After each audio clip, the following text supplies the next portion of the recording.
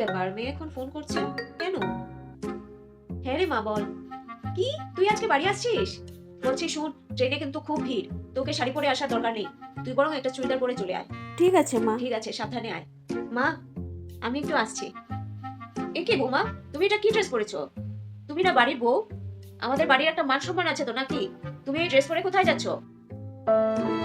শাড়ি পরে যাও। ঠিক আছে মা। মা, এবার ঠিক আছে? ঠিক আছে, একটু বড় করে ঘোমটা দাও। ঠিক আছে মা। মা, এবার ঠিক আছে? ঠিক আছে মা, আমি এলাম।